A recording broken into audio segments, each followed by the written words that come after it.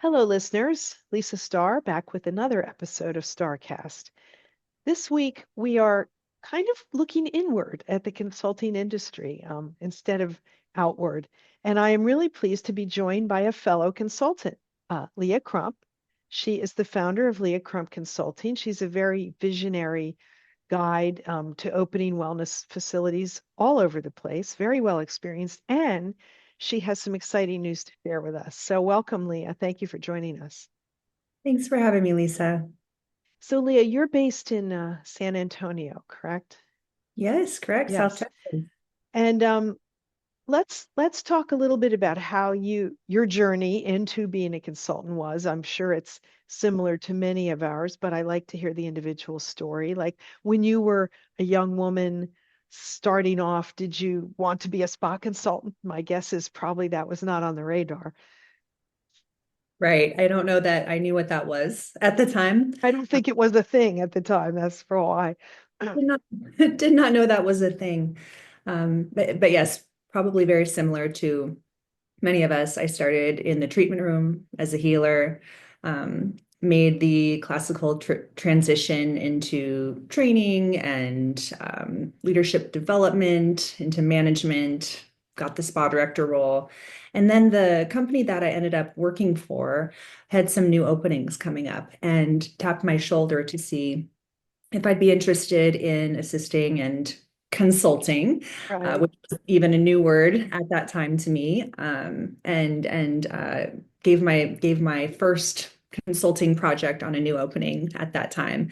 I thought it was so fun. I thought it was so interesting.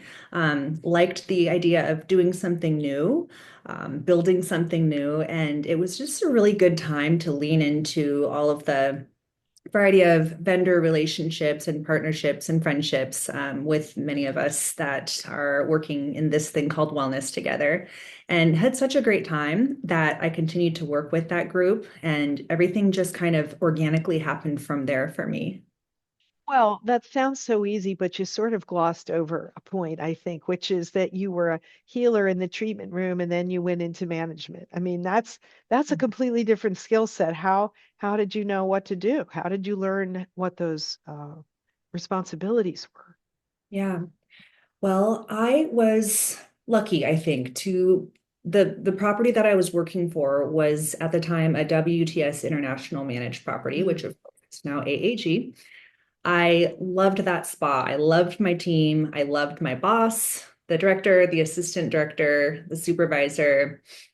I even liked the GM and the marketing director, and it was the right breeding ground for me to have the structure and the support, and simply the great relationships to even have the audacity to ask, "Hey, would you be interested in teaching me how to become a spa director?" And my boss, her name is Jennifer. She's no longer in the industry, but she was amazing, and she said, "Absolutely, yes." I was lucky to get to spend an hour with her every single Wednesday for a year. And then just in a cute way, I learned much later that the spa supervisor training module that I did was written by Jennifer Whalen Smith, way back in the day. So Right. I got to become friends with her much later on and realized, I was being touched by angels all along the way. Mostly named Jennifer, it sounds like. Two Jennifers. That's funny.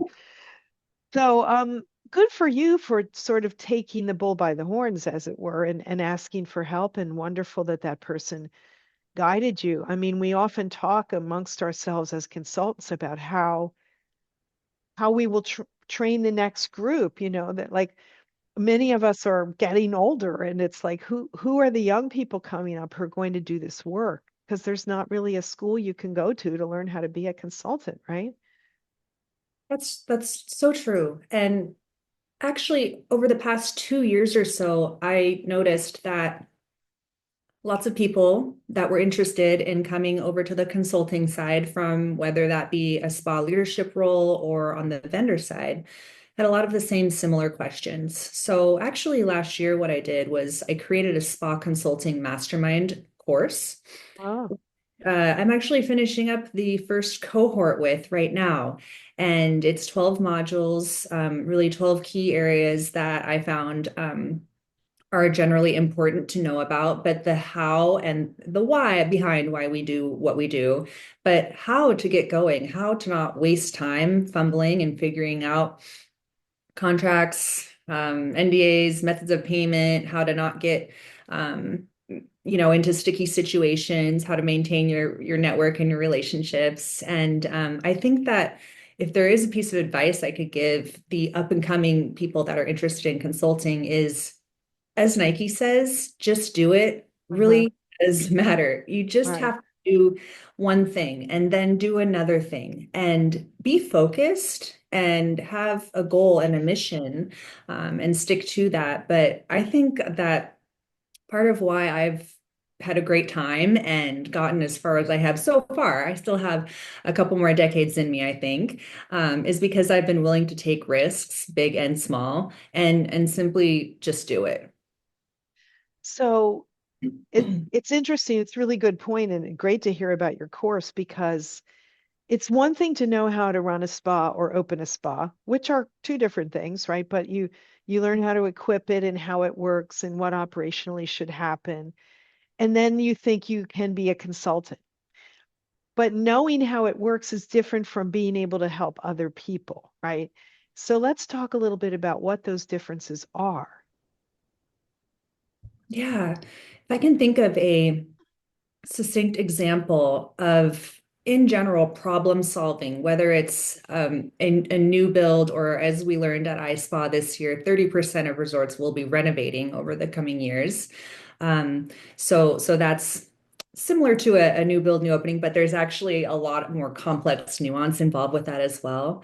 I think that the difference between perhaps working at one place for a long time or working at a few places for a few years each, is the variety and the diversity and the simply experience that we draw as being consultants. And again, you can't get there unless you just go for it and say yes to and go after contracts and projects. But the variety and diversity of what we see out in the field, where I'm sure, Lisa, you've got hundreds of projects under your belt, maybe even thousands of interesting conversations and problems that you've solved over the year.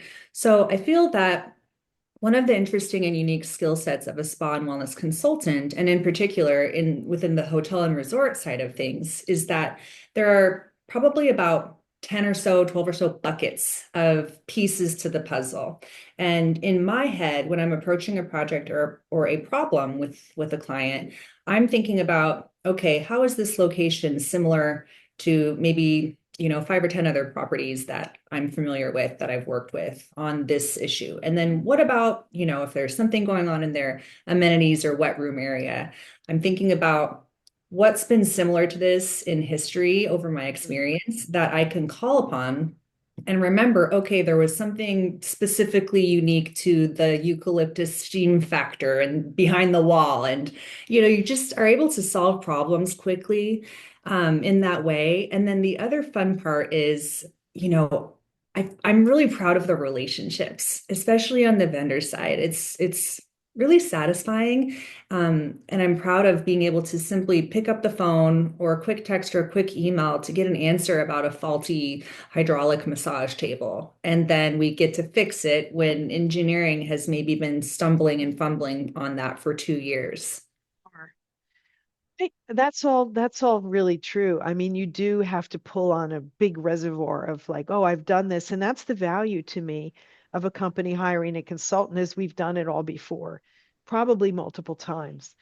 But I also think there's a piece, and I'd be interested in what you think about this, where when you're a guide, and I work mostly with owner operated locations, day spas, standalones, and I don't want to open the Lisa Starr spa all over the country, right? I mean, it has to be their vision, and I may know what I think will work or what I'd recommend, but it's their idea. And so it's like I feel like my job sometimes is sort of guiding them in a gentle way into a direction, but I can't say you must do this or that because it's their idea. So there's that part of it too that I think was an interesting learning curve for me as a consultant is being able to guide and also being able to stand back when I need to. Yeah, that says a lot about you. And I think that it's so vital to meet our clients where they are. That could mean, look, we want a really low touch experience. Simply solve for low hanging fruit at this time. Tell us what's wrong. Tell us the easy fix. Tell us the middle of the road fixes, and tell us the CapEx fixes. Another example of meeting a client where they are is, for example, I'm speaking with someone right now, a group that they want to be led a little bit more heavily handed. Mm, Oh, I'm willing to do that because they're also saying, and we will meet you and do the work, and we want to learn and we want to get this thing going and do this big, beautiful, amazing thing. So I think it's important to guide, as you say, because completely agree. These aren't our spas. I mean, we could all do that if we wanted to, but then we would be an operator, and maybe it's not as fun or interesting to our types of entrepreneurial personalities. do you get asked that? I do. People say, "Don't you want to have your own spa?" And I'm like, "No." I mean, I was the GM of a group of spas for many years, and I like being a consultant because the problems are the same and yet different. Like the similar things need to be solved, but they have a different wrapping. They're in a different part of the country. They have a different flavor, if you will, to them, and that keeps it fresh for me anyway. What do you think? Yeah, I agree. And I think it's a personality, a DNA, and energetics thing. Um, about 5 or 6 years ago, I discovered the human design element. I'm not sure if you've heard of that, but there are a couple of different buckets of personalities, and it's just a fun thing, kind of astrology or a little bit of our wellness woo-woo type of things. Hmm. But there are manifestors and generators and a Right. few others. I thought I was a manifester this whole time. I'm not. It turns out I am a generator. And without going too far down a rabbit hole here. I'm actually, based on the studying and reading that I've done about that and have since implemented, it turns out I'm much better when I'm leading from behind and collaborating. And truly, honestly, once I shifted that mindset for myself, where I was coming from a place for a really long time of, as I mentioned, I went out and sought guidance and mentorship to get into spa and wellness hotel leadership, kept pushing, going out, leading, not forcing exactly, but maybe fighting the opportunities in the universe in a way that was a little bit silly. Because as it turns out, once I softened and once I got more into that receiving and magnetic and collaborative mindset, things really started becoming a lot easier for me. And then I realized that actually is perfect for what I'm doing as a consultant because it's all collaboration. And yes, absolutely, there's innovation, futurism, and forward thinking, which I love that, and that's a huge part of my DNA. But I'm not as much doing it alone anymore, and that feels great.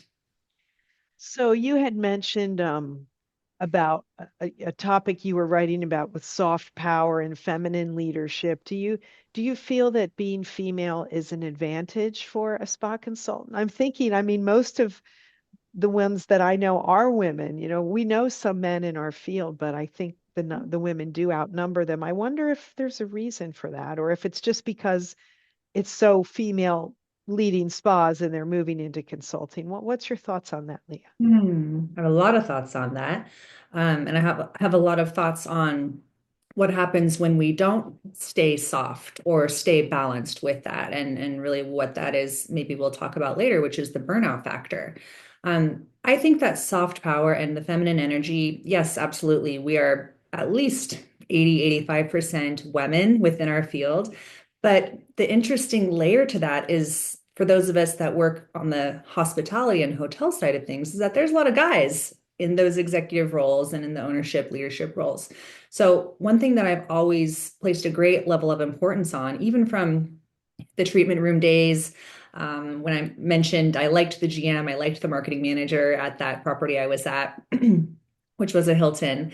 I learned early on, I just intuitively had the recognition that I need to be able to speak about data, speak about the science, speak about revenue, those hardline numbers, and Hmm. almost like translating from English to Spanish, or, just being able So to, true. you mentioned guide, but it's Mhm. almost like being a translator. And I have found that I'm able to walk both sides of that line um, when I'm feeling balanced. And the best results that I've had are when I'm not forcing and when I'm staying in my feminine energy. I think that the balance going over to the masculine side is maybe those, the numbers, the data, the strategy, things like that. And it all has an equally important position to get us from A to B. For sure. It's funny about the numbers. I'm thinking about a time I was called by another spa consultant who was working on a project. And people think that designing the spa or creating a spa is about like picking out the curtains and the furniture and, the decoration part. And she said to me, that they need help with the numbers. And, she said, I don't do that part. And I'm thinking, well, then what are you doing like that? I mean, without the numbers, we don't have a business, right? The financial numbers have to make sense, and we're expected to be able to forecast and provide that in Mhm. many different aspects, as you said, but also true to feminine energy, right? Maybe with a little intuition mixed in. What do you think? Yeah, I think there's a real artistry to blending all of these buckets of the business together. It's almost like whether you're a paint by numbers person, or whether you're a free flow abstract person on an art night with your friends, you start with a blank canvas. And I think it's important to, again, know where you're going and have an understanding collectively and collaboratively of what is it that you want to build as for the client. And also, what do I know? What are all the things that I know that I can lean into that can help them get to the final product, which is a beautifully curated piece of art, and wellness is functional art that we get to hopefully live every single day. But in particular, on the spa side of things, our guests and clients get to come and have this living art and this beautiful infusion of well-being brought into their lives for one day, or for maybe even a couple of days in a row. And there are many things, to your point, of getting everything organized and functional and consistently executed every day in and day out. And then to be able to change things as time goes on. I mean, every couple of years, there's a little bit of a pivot in the market on, well, what's important to owners and Mm. operators. And that's coming from, what do the clients want? What are the consumers care about? I think one thing that we know now more than ever is that consumers are highly educated and highly discerning, in particular in the luxury market. Oh, for sure. I mean, you can't go online without seeing spas now. And so everyone thinks their spa should look like that one, whatever it was, better and better. The bar is being raised, which is good. I mean, we've all seen the swell in business since COVID, the demand for wellness services that consumers still have. But it also means that sometimes the vision and the reality don't always match up. What someone wants to create and what they can afford to create or their market will serve don't always match. So there's also some disappointments. I mean, how do you manage that with a client? Mhm. Well, if I really if I really am honest and thinking deeply about what is the bottom line here with, okay, what is my true product as a spa owner? And it might not be, like you're saying, the pinnacle, the goal, the ultimate, the budget couldn't handle that. But what costs nothing is great service, and maybe it costs zero to nothing, great training. I think that the consistent level and delivery of of that service and whatever all of the touch points are that, and I love doing this with clients. Let's paint that picture. Let's create, 25, 50 specific points of service or guest experience, guest interaction that are layered through the experience. The tricky part is that you have to do it every time, over and Mm, over again. And the one thing that kind of kills me in luxury is that everything's luxury now. Luxury supplements, mm, yeah. luxury fitness studio, luxury app on your phone. I mean, it's kind of silly. Of course, things can be beautiful and beauty is a part of a luxurious, nice experience, but it's how you make people feel. And I think that that's a huge opportunity. And we actually know this from the data is and when we were in Germany together recently, earlier this spring, the guest expectation is all the way up here. Mm, What they're actually getting is not meeting the expectation and the demand. So what that tells me is that we have a huge opportunity, a huge market opportunity to get there. And in my opinion, professionally, you could change not one singular thing. Don't dive into spending money. Don't look at your CapEx. It's about going back to the teams, the people, and the power of the element of service. Showing people rather than telling people mm. matters. Do you think the difference between the expectation and the reality has been created by us promising too much from a spa visit in our marketing? Such a great topic. So, as you and I know, and it's exciting, wellness is the hot topic for Right. hospitality and hotels these days. It's been really fun and kind of lucky, I think, for people like us to just be here and now Agreed. everybody cares, you know. As we also know, hotels unfortunately tend to move pretty slow, especially if we're talking about from the top down corporate level and then move trickling out and down to property. But there's an element of, I've mentioned marketing a couple of times. There's a reason for that because marketing is so important. It's telling the consumer, who are you? What are you about? And what am I going to get out of coming to see you?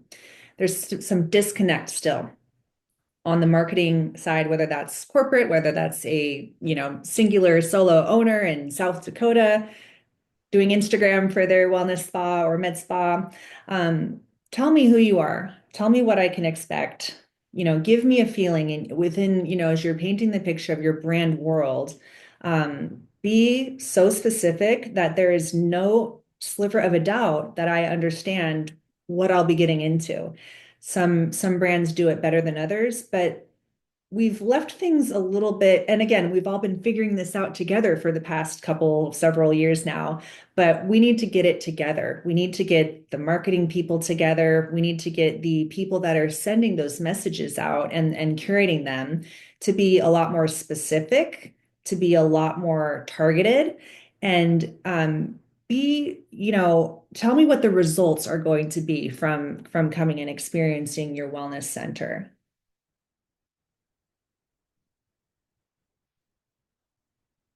Oh, you're muted, Lisa.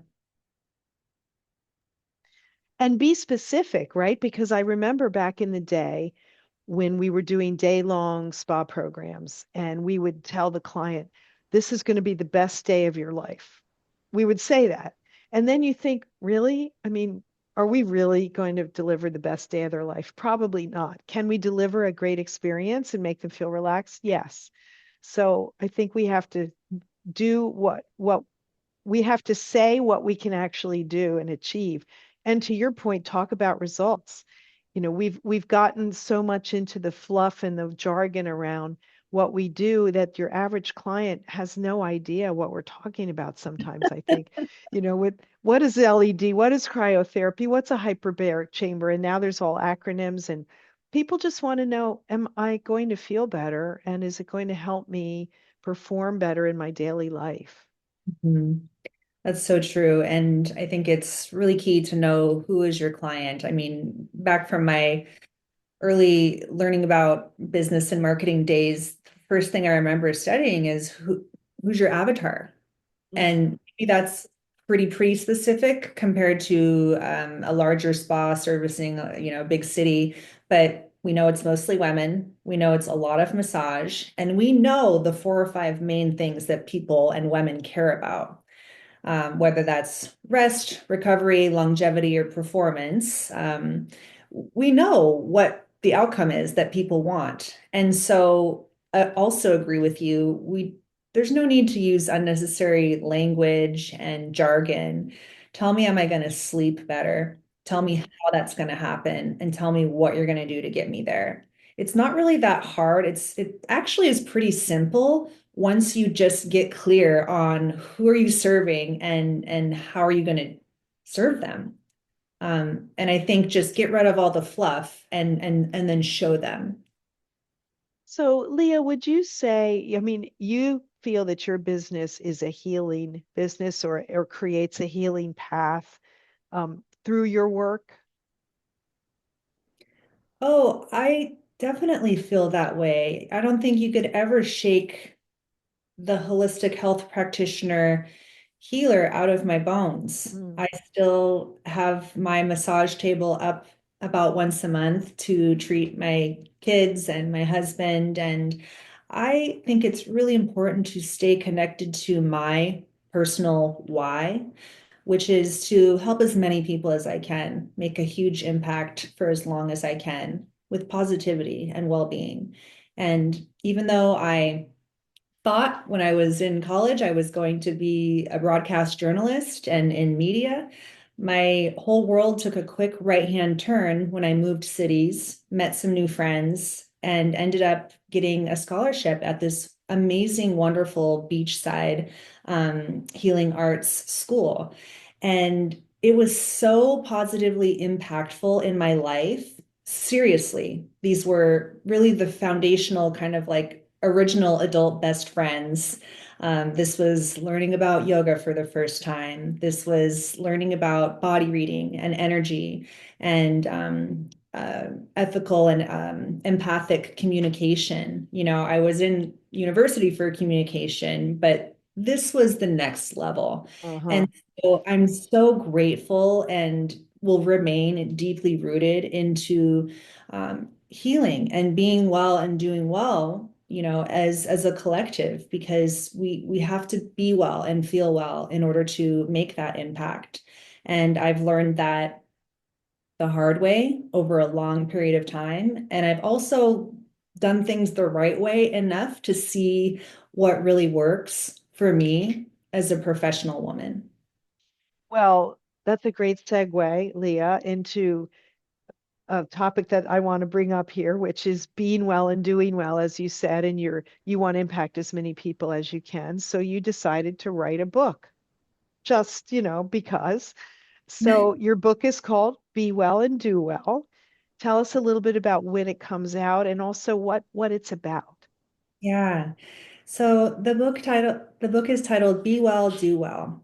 It's a field guide to doing work that heals, leadership that lasts, and finding success on your own terms. At a certain point last year, I was out on a project in California, and I was spending enough time there that made friends with this great woman who we would go do a workout and grab a healthy dinner, maybe a glass of wine. And eventually she just said to me, you should write these stories down.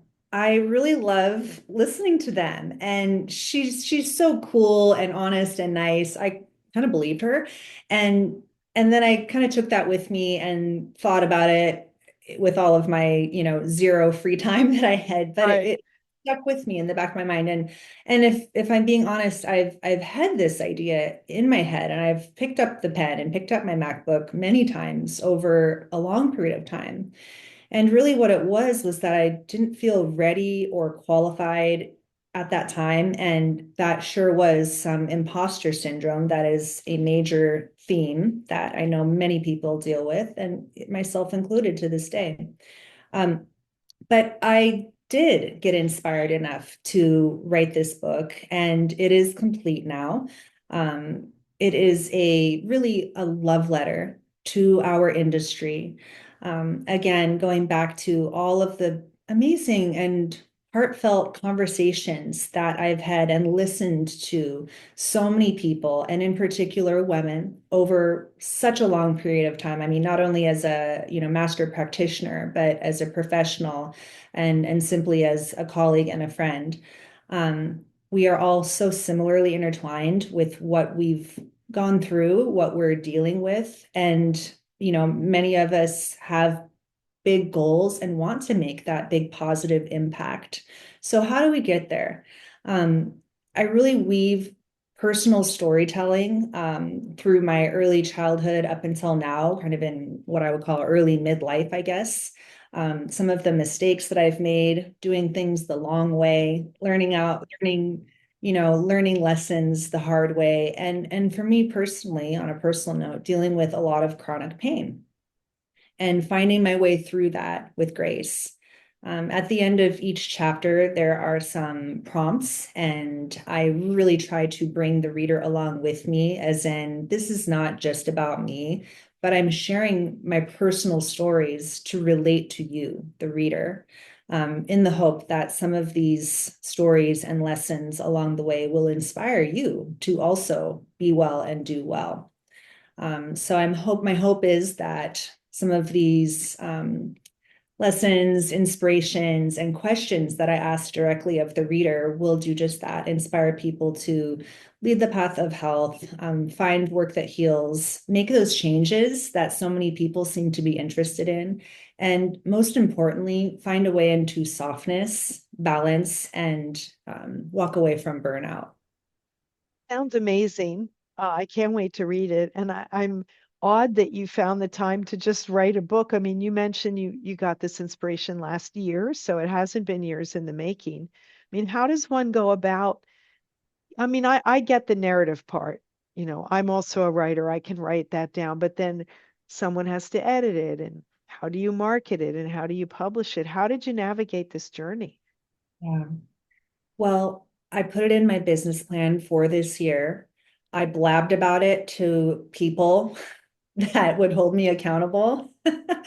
Lisa Michaelis of Live Love Spa being one of Hmm. them. And I knew that, okay, this is a serious moment, and I am a serious person with foundation and structure around my business that can support that. So I work with someone who is a marketing expert and knows what to do and has gone through self-publishing a couple of times with a few of her other Oh, clients. that's helpful. So I'm not learning on my own. Some things were, we don't know everything. So there've been a few times where we're learning and figuring things out together, but that's fun. That's awesome. Um, I I do work closely with my Chat GPT Pro. So it's been so helpful with doing things, I mean, doing lots of things, almost everything, but a timeline. Tell me all the things that I haven't thought of as a self-published author. Tell Oh, me what it's true. things need to happen, right? Just all the A to Z. But so, and I did that. And then another part of it, thank you very much, Lisa, is the media piece of it. If you build it, they will come doesn't actually work when you're trying to sell a idea or a product. So being able to have, of course, the clear vision, the thing is done, the book is done. But how do I talk about this? And how do I not have imposter syndrome at this point? And it's really a fun challenge for me to stand in my personal power. And I know that this book is not perfect. And I'm going to look back in a year and go, oh my God, I can't believe I thought that way or said that. Maybe, probably, I don't know. But then my friend that told me to write this book in the first place said, well, then you can write another one and it's going to be okay. But we turned this into a bit of a family affair. My youngest brother is a English, he has the best vocabulary of anyone I've ever met. He is a English teacher. This is my editor. My Perfect. 8-year old daughter, who is a design student going into FIT, New York City, did beautiful illustrations for the book that were created by prompts that I gave her to infuse a sense visually of what you're about to get into with each chapter. page breaks and just that, I mentioned art a couple of times because not only do I believe that art and beauty are nice and a lovely thing to have, but they're so important that I couldn't not bring that along for the reader's experience. It's amazing that you're able to involve everyone. That'll be even more fun. So when does it come out? So pre-sales start June 15th of this summer, 2025. And then I strategically set the launch date for August 1st, the first day of National Wellness Month. So Hmm. you can visit leahcrump.com, go right to that book landing page, get on the early reader list or get on that pre-sale list. Well, it's such a great project. I'm so impressed that you pulled it together. And you're right. You might look back and feel like you would change things. We all do. And it becomes, I find this with art in general. I had an artist friend that I was very close with for a while. She did oil paintings, and I would watch her. She would never finish them. There was always, she'd go back a week later and she'd add a flower or something. And it's like that with writing, right? You can always go back and change a word or change something. And eventually you have to say, I can't let perfect be the enemy of good, right? It's fine. We're going with it. And as your friend said, you'll write a sequel later when your plans change or your outlook changes, you'll just write another one. Yeah, and what a great lesson in life in general. And that's true, just as you mentioned with your friend who kept going back. I needed to turn this in at a certain point, and I did. I kept going back. I kept wanting to give more. And you know how we were talking about what is the result that you're trying to give your client? How do you want them to feel? What is the outcome of this experience? And I'm so clear on what that is. I kept trying to add more elements to make it a more enriched experience. Kind of the difference between setting a table for, just yourself versus hosting, just the most beautiful, relaxed dinner party with your closest girlfriends. You keep adding one more candle. You keep adding, one more beautiful element of rose petals. So it was so important to me to add as many gifts and layers as I could. And I think just as we do in our work, whatever that is, I know not every single person listening to this is a spa consultant, but we all are doing stuff in our lives. And the lesson that I've learned through this hard thing that I did and that I got to complete and that now is going to happen and become shared with my community is that eventually you have to let go and move on. And I think that's true with the work that we do, with the relationships that we have, with the boundaries and the balance. And I think that the elements of all of those things, good enough is good enough. And hopefully it was excellent. Well, I'm sure it will be. You mentioned healing burnout, and that is something that is a note that I guess is a topic in the book, healing burnout in the consulting and wellness space. How do you approach that? I mean, and how do you think we get the burnout, and then how do we deal with it? Yeah. I think we can all picture a crazy day or a crazy work week, if you will. And just speaking maybe on the professional side of things, although work-life balance is certainly important, it's just that we spend so many hours, most of our hours consumed in our work life for those of us in the professional fields.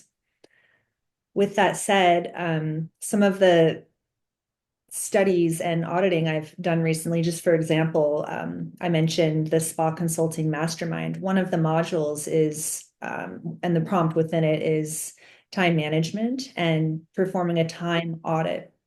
So this group came back and said, and everyone agreed, okay, I'm spending all of my time on emails, Mm, meetings, and running around in my operation, equal parts kind of garbage. That's kind of garbagey, and none of us like that.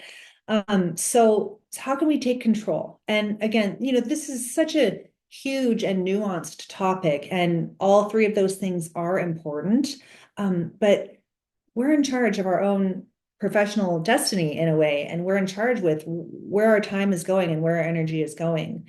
The phrase, I don't have time for XYZ, is a little bit like I'm not prioritizing XYZ. If we really go kind of deep into our nervous system, I have so many friends, and I'm sure you do too, that, wake up early to get their workouts in, that meal prep, that have practiced good sleep hygiene. I mean, there's so many things that you and I and others are involved with, as far as all of the layers of wellness and lifestyle and beauty.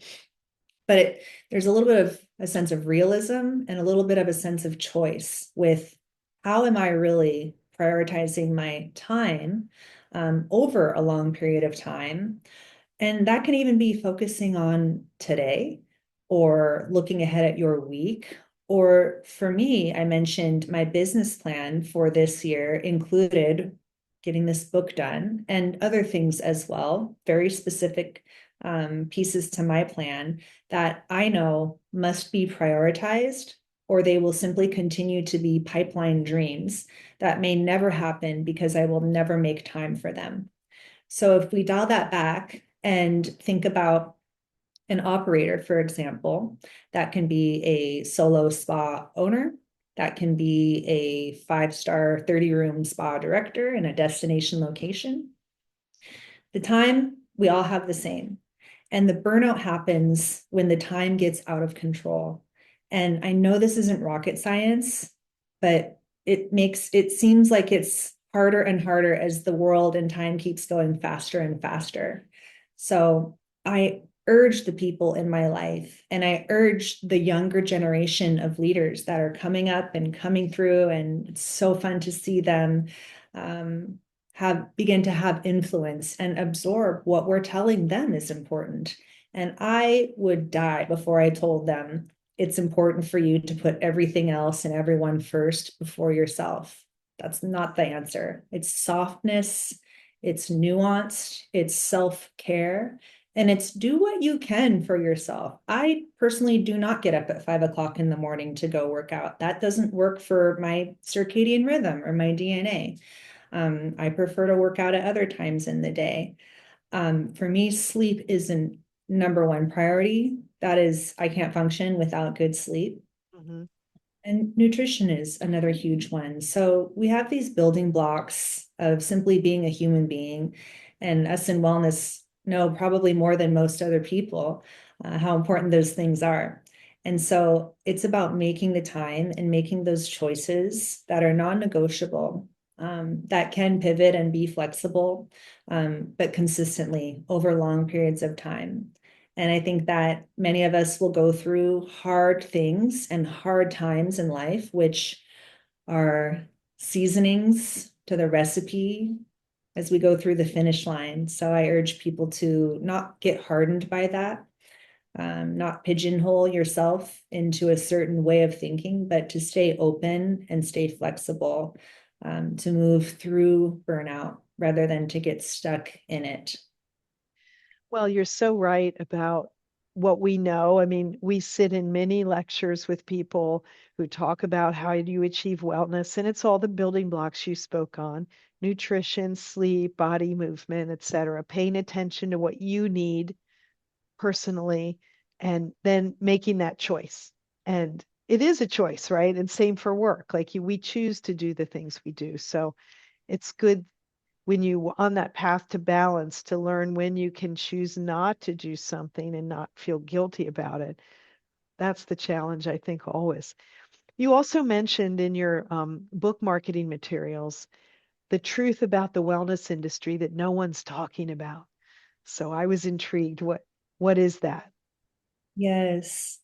Well, we actually touched a little bit on this. And one of the things I think about when I think about the truth of the matter is the messiness and like we were saying, not waking up early or having a hard thing that happens or prioritizing yourself first. So what is the truth behind the wellness industry is that unfortunately, and we've heard this so many times at conferences, conventions, lectures, is that us that are leading wellness are not taking care of ourselves. And this breaks my heart. And this was a catalyst for writing this book to try to Oh, inspire others to move through that in a way that suits you best, and sustainably so. It breaks my heart that we are not taking care of ourselves. I think we are taking care of each other. And in general, I think this industry supports one another and are very uplifting and supportive in that way. Um, but there has been a shift with how quickly and how fast time has been moving forward, and things keep happening faster and faster. And priority amazing how that's true. It's like, things change fast, and then we have to pivot. And of course, there's the pressure of performance, and revenue, of course, is top of mind. But how are we doing that? And one way that I think we do that, if we go back to the who is your avatar, who is your ultimate, perfect A+ guest that you're serving, we know a lot about that person if you studied marketing. We know what they look like, where they shop, what they eat. We know them as well as we know ourselves. But my question to the listeners and people watching this right now, if you're thinking about, what are some of the, untouched secrets in the wellness world? I think it's, how do we present ourselves? How am I telling you I want to be treated? How am I telling you how much time I have for emails, operations, and meetings? Because you know what, Lisa, I have very little time for that in 2025. And if it can be a email, or better yet, if it can be an email that my team can handle, I personally am prioritizing. I no longer have time for quick phone conversations, or because they're not quick, things turn into 45 minutes when it was, said to be a 10 or 15-minute call. I don't have the patience or the time for that, because I'm in charge of that, and I won't be letting that get out of hand anymore. And I think that that's one of the unfortunate secrets of the wellness world and the hospitality world, is we've all let this fast moving, forward looking culture in hospitality especially get too out of control. It's like a snowball that becomes an avalanche, and everyone now, in my professional opinion, as I am seriously viewing this all over the country in North America, what I see, and in my field notes in this field guide, is that we have all just gotten, to become a part of this big snowball going to nowhere. Um, it's too out of control. So what my urge is to people is to think about, where am I going and who am I? And am I really telling people who I am by my actions, by my presence, and by the choices that I'm making? Because we have a responsibility in the wellness field to show the consumers and to show our guests who we are, what we care about, and how we can help you. If they see us looking frazzled, upset, unhealthy, unfocused, that's not really a very good indicator of the result that you will receive by participating in wellness. So not only is this is a soft invitation to take good care, because longevity is important and burnout is real, but also to set a good example for not only our customers, clients, consumers, but our families, loved ones, friends, and colleagues. well, many, many valuable words of wisdom, Leah, in this book. Be well, do well. You can sign up at leahcrump.com. That's leahcrump.com to be a pre-reader. I thank you for joining us. And before we conclude, I'd like one last question about back to the consulting world. What are you seeing in projects like on the horizon? Like we're moving from facials and massages into more interesting realms of wellness. What are some of the interesting developments you expect to see in the next 3 to 5 years out in the field? Yeah. Well, I'll give you two. The first one, I think, has become a bit of a popular topic. The way that I phrase this is balancing technology with tradition. So you mentioned red light, Mhm. LED, the list goes on and on with all of the amazing ways that technology can assist longevity, your lifestyle. your recovery, your sleep, all of those are entirely valid, really exciting and fun, and I'm all for it.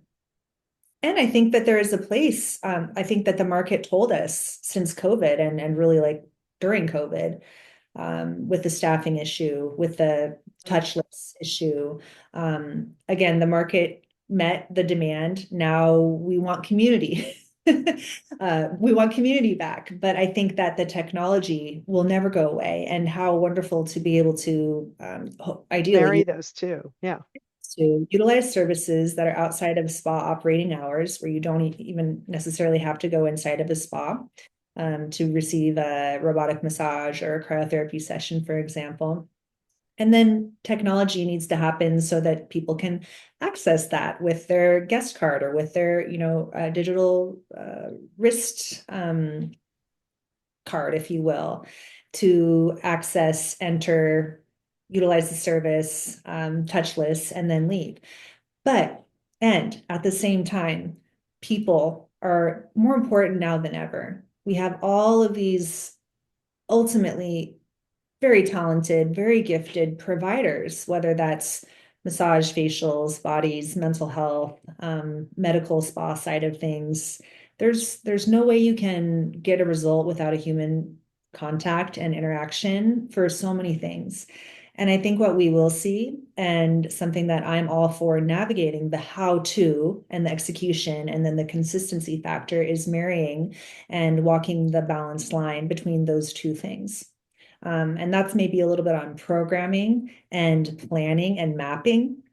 And I love that kind of approach. So I think that people should continue to be excited about technology, but it's dangerous actually. And I'm a very big like fan of AI and all of that, but things can become a little dangerous if we continue down that path, a little bit like that snowball becoming an avalanche. We need to be mindful, we need to be nuanced, and we need to remember to not lose the human touch. The second thing that I will mention quickly to keep an eye out for, I mentioned a little bit about community. I've mentioned women a lot on this call as well. I think that community will continue to expand and become important. I'm having a lot of interesting conversations with very smart women that are interested in bringing the third place concept Mm. to the forefront. Yes. And so that not only can mean your wellness and fitness experiences, but community aspect. Perhaps there is a game room. Perhaps there is financial advising planning. Perhaps there is a library aspect to it.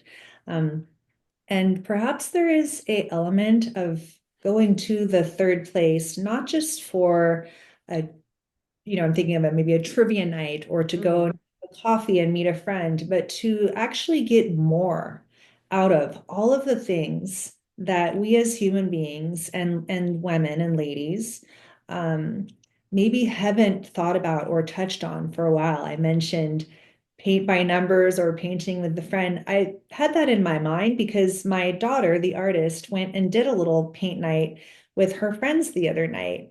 And I haven't done that in so long.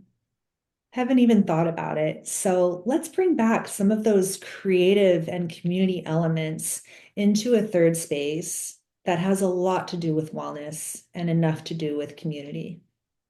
Sounds like a great recipe to me. I mean, we could all use a little more fun in our lives, right? Thanks again for joining us, Leah Crump. It's been a great conversation, and we look forward to your book and more of your good works out in the world. So thank you again. Thank you so much, Lisa.